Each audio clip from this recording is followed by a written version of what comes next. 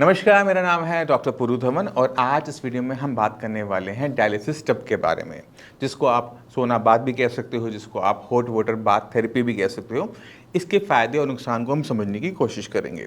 तो पहले शुरुआत करते हैं सबसे पहले कि हम इसको करते कैसे हैं। हॉट वाटर बाथ थेरेपी के लिए एक पेशेंट को 40 डिग्री के तापमान वाले पानी के टब के अंदर बिठाया जाता है, जैसे आप स्क्रीन पर देख पा रहे हैं। तो जब हम इस टब में बैठते हैं, गर्म पानी है, तो क्या होता है बॉडी से पसीना निकलता है।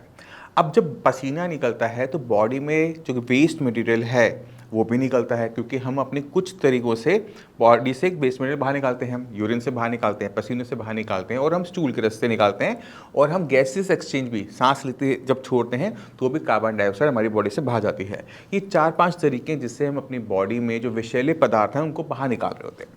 तो जब हम पसीना निकाल रहे हैं तो हमें पता है कि जब हम पसीना निकाल रहे हैं तो पहले क्या निकल रहा है, लिक्विड। दूसरी चीज़ क्या निकलती है, वो है सॉल्ट, क्योंकि नमक, हमारा जो पसीना होता है वो नमकीन होता है।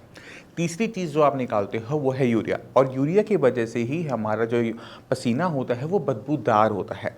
तो जब हमने हॉट वाटर बाथ थेरेपी ली तो बॉडी से 3 मोटी मोटी चीज़ें बाहर गई, पानी, नमक और यूरिया। अब अगर हम यूरिया की कंपैरिजन करें और यूरिन से कंपैरिजन करें, पसीने को और यूरिया को हम कंपेयर करें, तो हम ये देखते हैं कि अगर 10 ml हमने यूरिन लिया है और 10 ml हमने पसीना लिया तो पसीने में 50 टाइम्स ज़्यादा यूरिया निकल रहा है, जो कि अच्छी बात है किडनी फेलियर पेशेंट के लिए, क्योंकि किडनी कम काम करने की वजह से जो वेस्ट मटेरियल हमारा बॉडी से बाहर नहीं निकल पा रहा था उसको हमने पसीने के रस से बाहर निकाल दिया। अब सवाल ये उठता है कि पेशेंट इसको ना ट्रीटमेंट समझ बैठता है, क्या ये ट्रीटमेंट है? अब समझने वाली बात यह है कि अगर आप पसीना निकाल भी रहे हो, 50 गुना ज़्यादा उसमें यूरिया भी है, बट जितनी मात्रा में आप यूरिन कर पाते हो उतनी मात्रा में आप पसीने नहीं निकाल सकते। सही बात। दिन के अंदर आप 1.5 लीटर 2 लीटर आराम से यूरिन कर लेते हो बिना किसी एफर्ट के, बट वहीं पे पसीना निकालना होगा तो 1.5-2 लीटर निकालने के लिए कितनी मेहनत करनी पड़ेगी, सोच के देखो ज़रा एक बारी। तो अगर हम 50 टाइम्स ज़्यादा यूरिया कंसिडर भी कर रहे हैं बट उसकी मात्रा कम है, यूरिन में अगर यूरिया कम भी है बट उसकी मात्रा ज़्यादा है, तो अगर देखिए पूरे दिन में यूरिया मैक्सिमम कहाँ से निकला, तो वो यूरिन होता है, ना कि पसीना। पहला फ़र्क आपको ये समझ में आ गया। अब चलते हैं कि अगर किडनी कम काम कर रही है, यूरिया नहीं निकल पा रहा, तो ये मेथड सही है या गलत है? तो अगर हमने सिर्फ यूरिया निकालना है, पानी निकालना है, नमक निकालना है, तो ये मेथड अच्छा है। आप गर्म पानी के टब में बैठ जाओ, 3-4 घंटे आप बैठोगे, आपकी बॉडी में से तीनों चीज़ें बाहर हो जाएंगी, अच्छी बात है।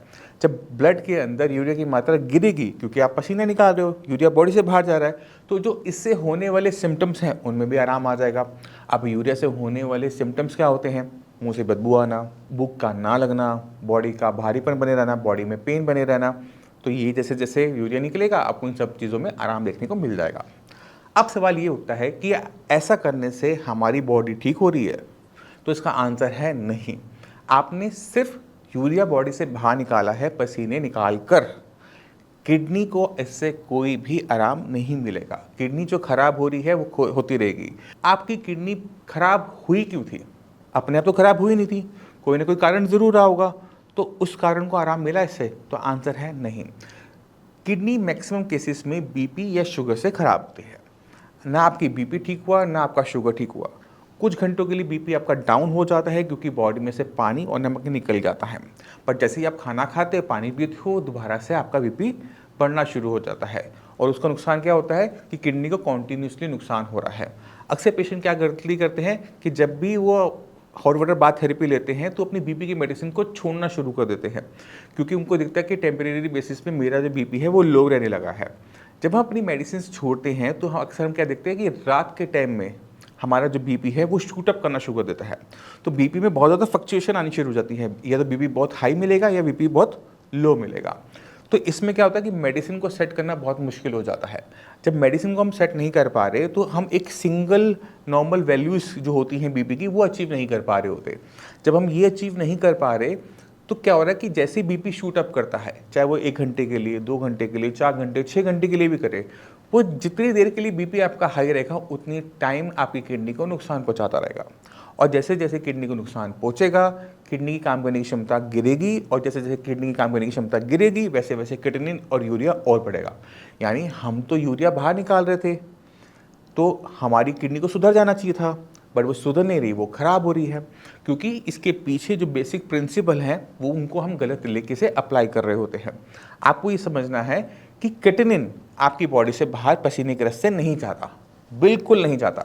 क्रिएटिनिन को बॉडी से बाहर निकालने का तरीका सिर्फ एक है, वो है आपकी किडनीज, यानी आपके पेशाब के रास्ते ही वो बाहर निकल सकता है।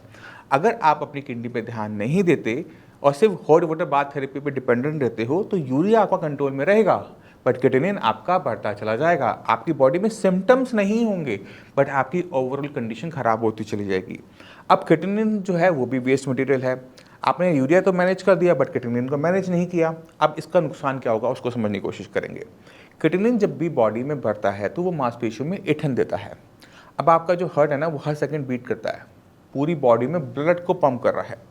अब अगर मान लो कि मैं आपकी हार्ट की मसल्स में ईंधन दे दूं तो क्या होगा? आपको महसूस तो नहीं होगा, आपको हो सकता है कि बिल्कुल कुछ भी महसूस ना हो, बट क्या होगा कि आपको हार्ट अटैक आने की संभावनाएं बहुत ज़्यादा बढ़ जाती हैं। पैर की पीढ़ियों में ईंधन आनी शुरू हो जाती है।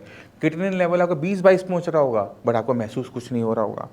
तो ये सब चीज़ें हमने नहीं करनी, हमने लेवल्स को बढ़ने नहीं देना, हमने किडनी को और नुकसान होने नहीं देना। तो हम बिल्कुल बेसिक्स पर जाते हैं। अब इसको अपने माइंड से निकाल दो कि आपने हॉट वाटर बाथ थेरेपी के बारे में सुना भी था।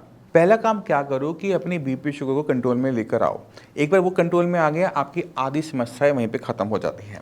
दूसरा, अक्सर हम देखते हैं यूट्यूब पे कि लोग बता रहे हैं कि किडनी रीजनरेट करती है, बट सच्चाई वाली बात यह है कि किडनी कभी भी रीजनरेट नहीं कर पाती। किडनी से वो अपने काम करने की क्षमता को बढ़ा सकती है। जैसे अगर कोई एक इंसान अपनी किडनी को दूसरे को दे देता है, तो किडनी अगर हो गई एक आपकी, फिर भी क्रिएटिनिन लेवल, यूरिया लेवल नहीं बढ़ता। क्यों नहीं बढ़ता है? क्योंकि किडनी अपनी काम करने की जो क्षमता है उसे बढ़ा लेती है, और काम करने की क्षमता को बढ़ाने के लिए वो अपने साइज़ को भी बड़ा कर लेती है। तो किडनी की यही क्षमता हमने हर किडनी फेलियर में पेशेंट में इस्तेमाल करनी होती है, जिससे वो अपने काम करने की क्षमता को बढ़ाए। और जैसे ही काम करने की क्षमता बढ़ती है तो क्रिएटिनिन और यूरिया डाउन होना शुरू हो जाता है। मैं चाहता हूँ कि आप कुछ पेशेंट से मिलें, उनकी रिपोर्ट देखें, तो आपको बहुत क्लियर कट आइडिया मिल जाएगा कि किस तरह से ये हो पाता है। तो सिंधी आप कब आए थे यहाँ पर? मैं आए थे 3 मार्च के। 3 मार्च को। और तब क्रिएटिनिन के लेवल कितने थे? तब मेरा क्रिएटिनिन लेवल था 6.9। 6.9। 6.9 का मतलब होता है 7 के आसपास, और 7 के आसपास जो होता है 90% किडनी हमारी काम करना बंद कर चुकी होती है। अब आपका क्रिएटिनिन लेवल कितना आ रहा है? ये 15 दिन बाद तो आ गया था 3.1। फिर 15 कितना है? फिर उसके बाद 15 दिन की मेडिसिन ली। हाँ, तो 3 पे आ गया। हाँ। अब मैं मेडिसिन मेरी चालू है, अब 3 पे रुका हुआ है। और भी डाउन हो जाएगा। हाँ, ठीक है। तो इनका अभी जो करंट लेवल है वो 3 है, और 3 पर भी हम ये मान के चलते हैं कि किडनी 50% तक अभी भी काम नहीं कर रही। बट पहले 90 से 50 हम पे आया, तो 40% की किडनी की फंक्शनिंग हमारी सुधरी है। अब आपकी किडनी खराब क्यों हुई वो जानना भी इम्पोर्टेंट है। किडनी इनकी खराब हुई थी डायबिटीज़ की वजह से, ठीक है। डायबिटिक नेफ्रोपैथी कहते हैं जब हमारी किडनी डायबिटीज से खराब हो रही होती है। आपको आराम क्यों आया, आप वो जानना ज़रूरी है। आपको आराम इसलिए आया क्योंकि हमने आपके डायबिटीज़ को काफ़ी हद तक कंट्रोल कर दिया।